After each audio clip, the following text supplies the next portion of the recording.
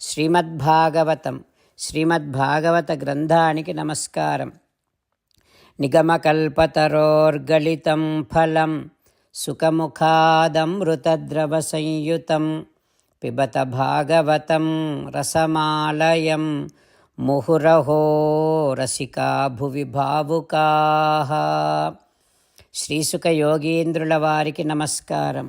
యం ప్రవ్రజంతమనుపేతమపేతకృత్యం ద్వైపాయనో విరహకాతర ఆజుహావ పుత్రేతి తన్మయతయా తరవో వినేదుః తం సర్వభూతహృదయం మునిమానతోస్మి. నరనారాయణులకు, చతుర్ముఖ బ్రహ్మకు, సరస్వతీదేవికి, వ్యాసమహర్షుల వారికి నమస్కారం.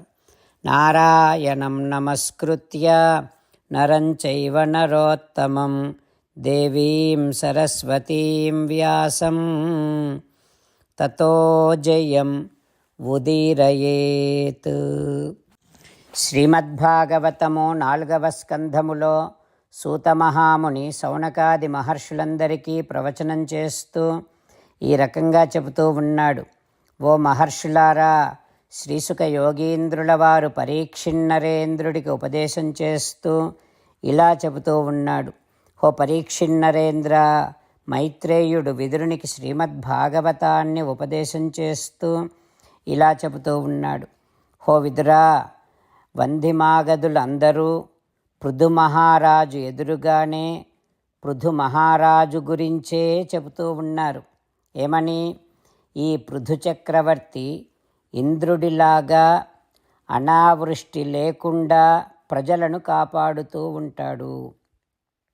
ఈ పృథు చక్రవర్తి చంద్రుడిలాగా అనురాగముతో నిండిన మాటలతో, మందహాసముతో ప్రజలకు ఆహ్లాదాన్ని కలిగిస్తూ ఉంటాడు. ఈ పృథు మహారాజు అనుసరించేటటువంటి ఉపాయాలు ఎవరికీ తెలియవు. ఉపగుప్త విత్తః, ఈ పృథు మహారాజు ధనమును భద్రంగా కాపాడుతూ ఉంటాడు.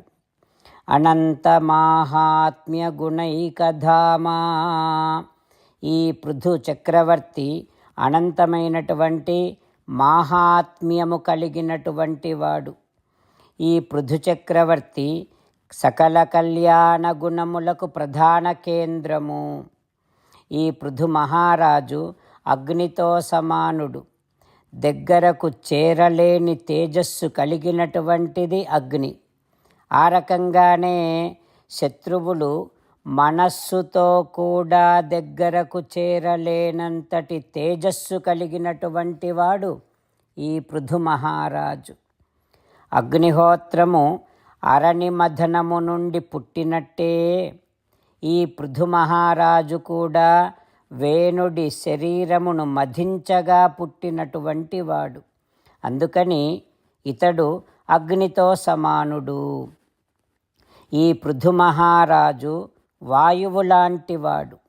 వాయువు అంతటా వ్యాపించి అందరిలోనూ ప్రాణవాయువులాగా వ్యాపించినట్టే అంతర్బహిశ్చ భూతానాం పశ్యన్ కర్మాణి చారణైః. ఈ పృథు మహారాజు కూడా చారుల ద్వారా, గూఢచారుల ద్వారా అంతటా తన దేశములో వ్యాపించి అందరూ చేస్తూ ఉండేటటువంటి పనులను, ఆ దేశములో జరుగుతూ ఉండేటటువంటి పనులన్నింటినీ కూడా తెలుసుకుంటాడు ఈ పృథు మహారాజు.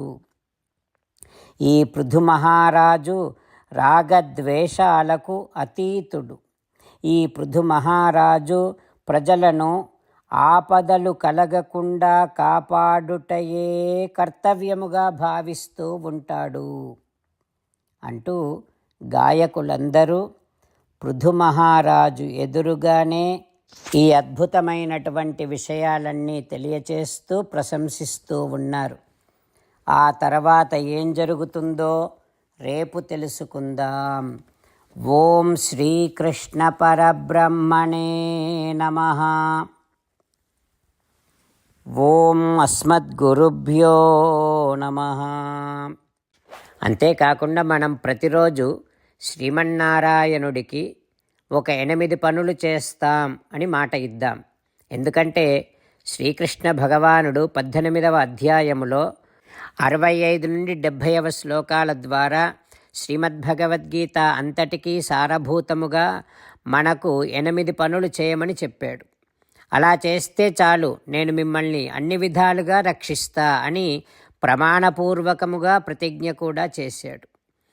అందుకని శ్రీమద్భగవద్గీతను అంతటినీ విన్న తర్వాత అర్జునుడు కూడా చివరకు కరిష్యే వచనం తవ, కృష్ణ నువ్వు చెప్పినట్టే చేస్తా అని అన్నాడు. కనుకనే భగవానుడు అర్జునుడికి అన్ని విధాల విజయాన్ని అందించాడు.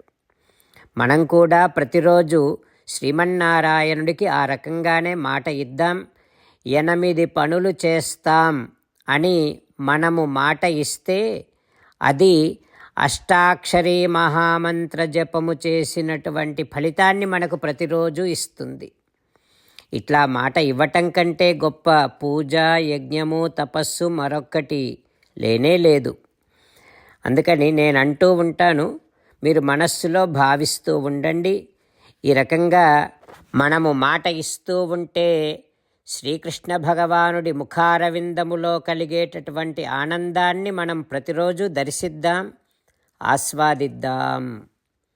జై శ్రీమన్నారాయణ. హో శ్రీమన్నారాయణ, నువ్వు చెయ్యమన్నట్టే నేను నిన్నే సంతతము ధ్యానము చేస్తూ ఉంటా. హో శ్రీమన్నారాయణ, నువ్వు చెప్పినట్టే నేను నీ భక్తుడిగానే ఉంటా.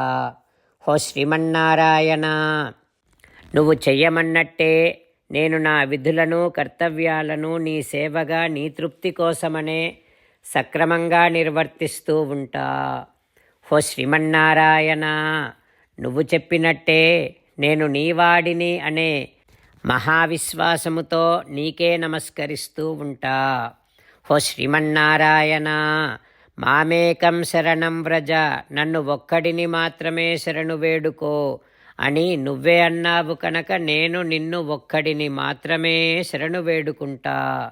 హో శ్రీమన్నారాయణ, మా శుచః, ఇక దుఃఖించకు అని నువ్వే నాకు భరోసా ఇస్తున్నావు కనుక నేను ఇక దుఃఖించను.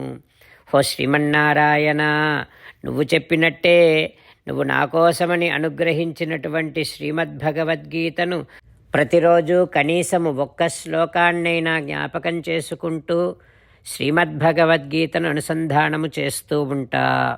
హో శ్రీమన్నారాయణ, నువ్వు చెప్పినట్టే నువ్వందరి కోసమని చెప్పినటువంటి శ్రీమద్భగవద్గీతను తెలియని భక్తులందరికీ తెలియచేసే నా వంతు ప్రయత్నాన్ని నేను నిరంతరము కొనసాగిస్తూనే ఉంటా. హో శ్రీమన్నారాయణ, నేను నువ్వు చెప్పినట్టే చేస్తా, నీకు నచ్చినట్టే ప్రవర్తిస్తా, నీకోసమే పని చేస్తూ ఉంటా. కరిష్యే వచనం తవ.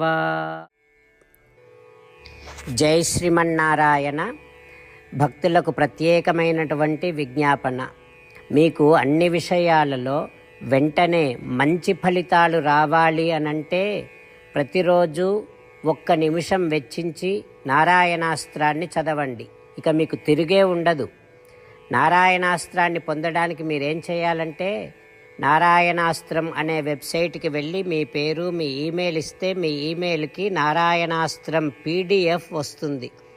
అందులో ఒక రామాయణ శ్లోకం, ఒక గీతా శ్లోకం, ఒక విష్ణునామం ఉంటాయి.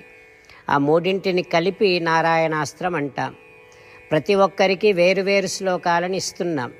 ఆ రకంగా ఎవరి శ్లోకాన్ని వారు ప్రతిరోజు తప్పనిసరిగా చదవటం వలన ప్రతిరోజు ప్రతి 24,000 భక్తులతో ఒకసారి సంపూర్ణ రామాయణ పారాయణ, 33 సార్లు శ్రీమద్భగవద్గీత పారాయణ, 24 సార్లు శ్రీ విష్ణు సహస్రనామ స్తోత్ర పారాయణ జరుగుతుంది. ప్రతి ఒక్కరికి అంతటి విశేష ఫలితము ప్రతిరోజు లభిస్తుంది. అందుకని మీరు, మీ కుటుంబ సభ్యులు అందరూ ఒక్కొక్కరు ఒక్కొక్క నారాయణాస్త్రాన్ని వెంటనే పొందండి.